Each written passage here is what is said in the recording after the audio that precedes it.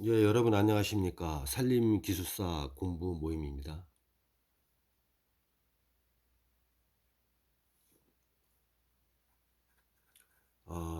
인제 한번 자기 이 자신의 수험생 여러분들이 공부가 산림기술사 공부가 지금 어디쯤 와 있나. '나는 지금 30 점대인가 40 점대인가 50 점대인가.' 한번 분석을 해 보시고요. 또 '내가 지금 여태까지 공부한 방향이 뭐가 잘못되어 있는지.' 또 앞으로는 공부를 어떻게 방향을 가닥을 잡아서 해야 되는지 그런 공부를 요번에 한번 맥을 짚어 보겠습니다. '나는 어디쯤 와 있나.'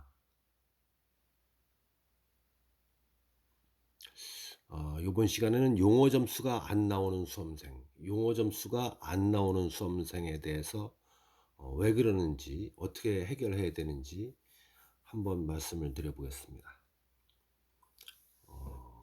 잘 들어보시면은 도움이 될 겁니다. 인제 용어 점수가 안 나오는 수험생들은 폭넓은 공부가 덜 된 경우입니다. 공부가 폭넓게 덜 되어 있다는 이야기입니다. 예를 들어서 법률 공부를 산림 관련 법, 법률 그 산림 관련 법률이 13 가지 정도 되죠. 그 법에서 그 법의 제정 목적부터 주요 항목을 다 외웠는데 별첨 내용을 간과해서 외우지 않은 경우, 그런 경우가 있을 수 있죠. 예를 들어서 산사태 위험지 등급표 이것을 전부 달달 외웠습니다, 점수 이런 것을. 그런데 그 등급표 밑에 보면 하단부에 기재된 상승사면, 뭐 평행사면, 하강사면, 복합사면 그런 뜻을 외우지 않았는데 이런 문제가 영어로 출제된 경우 쓰지를 못하죠. 그러니까 공부를 하려면 좀 세심하게 산사태 위험 등급 표라 그러면 그 표를 양식 안에 있는 걸 다 외워야 되고 그 밑에 적열 안에 있는 것들도 외워야 되는데 외우지 않은 경우에 인제 못 쓰는 거죠. 시험 문제에 산사태 위험 등급표에서 상승사면, 평행사면, 하강사면, 복합사면의 뜻 이렇게 용어에 나옵니다. 그러면 등급표를 외웠는데 밑에 적열하나 이걸 안 외웠으니까 손을 못 대는 거죠. 점수가 안 나옵니다. 그리고 예를 들어서 사방 문제 같은 경우에 사방사업법을 다 끼고 있다. 다 외웠는데 갑자기 문제가 사방기술교본에서 나온 경우죠. 사방사업법을 다 외웠습니다. 근데 문제가 사방기술교본에서 나왔죠. 공법에 대한 것을. 그러니까 사방기술교본 책을 봤어야 되는 경우죠. 이런 경우도 용어에 취약한 경우입니다. 어느 한 부분만 공부를 했기 때문에 그런 거죠. 그리고 산림 관련 각종 매뉴얼, 지침 뭐 이런 것들. 뭐 예를 들어서 우리가 교재에 나오지 않은 매뉴얼 지침, 뭐 사방시설의 유지관리 지침, 뭐 A등급에서 D등급 이런 것들이 인제 시험에 나왔습니다. 그러면 손 못 대는 거죠. 근데 폭넓은 공부, 꼭 교재 외에 법률 외에도 매뉴얼, 지침 이런 것들, 사방시설의 유지관리 지침 이런 것을 갖다가 자료를 보고 공부를 해야 되는 것입니다. 폭넓은 공부를 말씀드리는 것입니다. 그리고 시업 기준 같은 겁니다. 인제 어떤 수험생은 편백나무 헥타당 사업 기준 인제 이런 문제가 나오면 인제 까무러치는 거죠. 이제 낙엽성을 외웠습니다. 낙엽성의 소경제, 중경제, 대경제, 특용제 이런 것들 경급별 본수를 다 외웠죠. 근데 갑자기 편백나무가 시험에 툭 튀어나오니까 '채점관이 모르겠지.' 하고 낙엽성을 냈다 쓰는 거죠. 그럼 점수가 안 나옵니다. 경급별 뭐 헥타당 남겨야 되는 본수 이런 것들. 채점관이 편백나무, 낙엽성 이런 거 소나무 이런 걸 다 답안집을 옆에 보고선 채점을 하기 때문에 점수가 나오지 않습니다.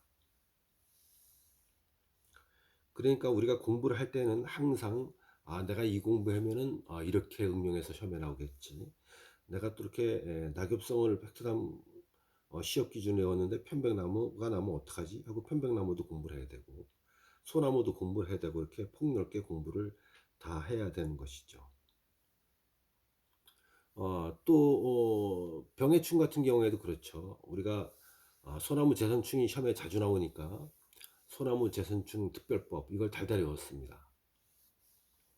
그런데 내가 시험 보는 그 회에는 갑자기 참나무 시드름병이 출제가 되고 또 참나무 시드름병을 뭐 광릉 김나무좀의 생활사부터 가해 메커니즘까지 다 달달이 외웠어요. 그런데 갑자기 내가 시험 볼 때 솔껍질 깍지벌레가 나오고 그러죠. 그런 경우에 손을 못 대는 것입니다. 참나무 시드름병이 나왔거나 소나무 재선충이 나왔으면은 2쪽 내지 3쪽을 다 쓸 수 있죠. 달달이 왔으니까. 그런데 갑자기 솔껍질 깍지벌레가 나오는 경우죠. 그럴 때 병해충을 두루두루 폭넓게 공부를 하지 않았기 때문에 용어에서 자꾸 점수가 안 나오는 것입니다. 그러니까 여러분들이 지금 30점대에 있는지 40점대에 있는지 50점 초반에 있는지 50점 중반에 있는지 이런 걸 분석해서 내가 지금 어디쯤 와 있는지 공부가 법률하고 기본 과목은 다 기본선 띄었는데 내가 지금 지침하고 매뉴얼이 약한지 뭐 이런 것들 법률에서 별첨에 나오는 그런 것들을 별첨에 나오는 것들 그런 것을 들여왔는지 법률에서 모법의 기본 원칙, 재정 기본 원칙부터 내용을 달달이 외웠는데 예를 들어서 백두대간 보호법에서 핵심 구역과 완충 구역에 대해서 달달이 외웠는데 내가 또 어느 구역을 별첨 부록에서 안 외웠는지 이렇게 공부를 꼼꼼히 넓게 해야 되는 것입니다. 제가 가지고 있는 산림기술사 공부 자료는 이렇듯 공부를 좀 다양하게 조림학, 이목경영학, 그리고 산림보호학, 산림정책학, 임도공학, 사방공학, 수목생리학, 수목병리학 두루두루 이제 다 엮어서 답안집을 만들었습니다. 제가 만든 산림기술사 공부 자료집을 수험생 여러분들이 보게 되면 취약한 점을 발견하고 공부의 가닥을 잡는데 상당히 유리합니다. 50점대 51점부터 55점까지 나오는 분들이 갑자기 40점대가 나오는 경우가 이런 경우가 있을 수 있죠. 나는 김형 요번에 처음 봤는데 2, 3, 4교시는 61점 정도가 나왔어요. 그런데 용어에서 53점뿐이 안 나와서 평균 57점이 나와서 떨어졌습니다. 그런 경우에 용어에서 13문제 중에서 10개를 골라야 되는데 7개는 고를 수 있는데 3개 정도가 아리까리한 거죠. 아사무사하죠. 요걸 내가 써갖고 과연 점수가 10점 만점에 6점이 나올 수 있는가? 그런 거죠. 그런 경우에 보통 수험생들이 3점, 4점뿐이 안 나옵니다. 한 70%의 탈락하는 사람들이 보통 고수들은 2교시, 4교시를 냅다 쓸 수가 있는데 용어에서 여러 가지 문제가 틀어서 나오거나 생뚱맞은 문제가 또 내가 폭넓게 공부하지 않은 곳에서 문제가 출제가 되기 때문에 용어에서 자꾸 피를 보는 것입니다. 그러니까 용어를 갖다가 점수를 갖다가 60점 이상 올려놔야지 합격을 한다. 그런 마음을 가지고 공부를 좀 폭넓게 하시기를 바랍니다.